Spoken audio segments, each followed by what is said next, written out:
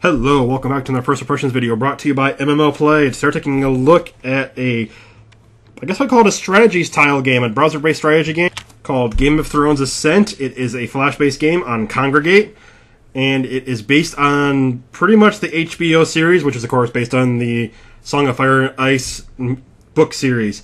I will say the sounds are currently muted. It does use the music from the HBO series, so if you're a fan of the music, it might be worth playing the game a little bit just to kind of read some of the lore, the story, and hear some of the music. But we're going to check out the game itself. Most of the strategy early on and decision making, it's more, I would say, at this point in the game, pretty much lore. You're just kind of making decisions. You're not really doing anything too in-depth, and it has to do with different kind of karmas and all that. So you can see I'm getting coins. I can also kind of question people to get other options. So I'm going to go ahead and talk to him right about that. So you click on that, and there, now I have another option. I can say two different things to respond to them.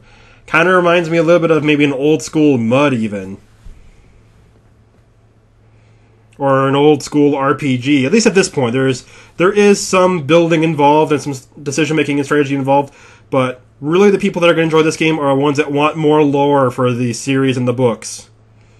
And like the world of Westeros. I had to think back to like, it's Battles of Westeros. Yeah, that's the board game.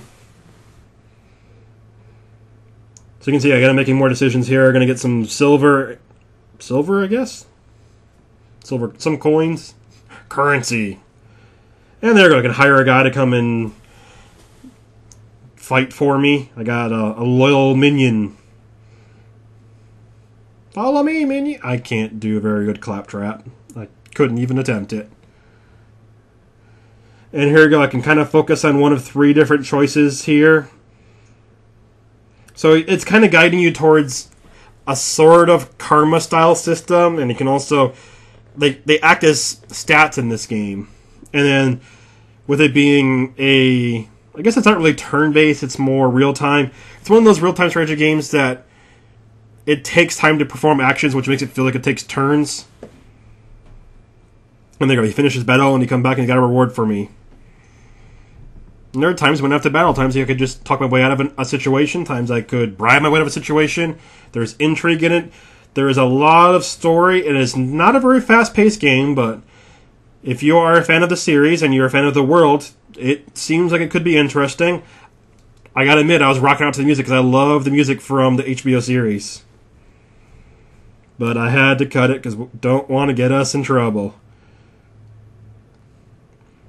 Just going to move ahead in the story a little bit. I'm going to go actually advance the story just a touch to see some of the new mechanics.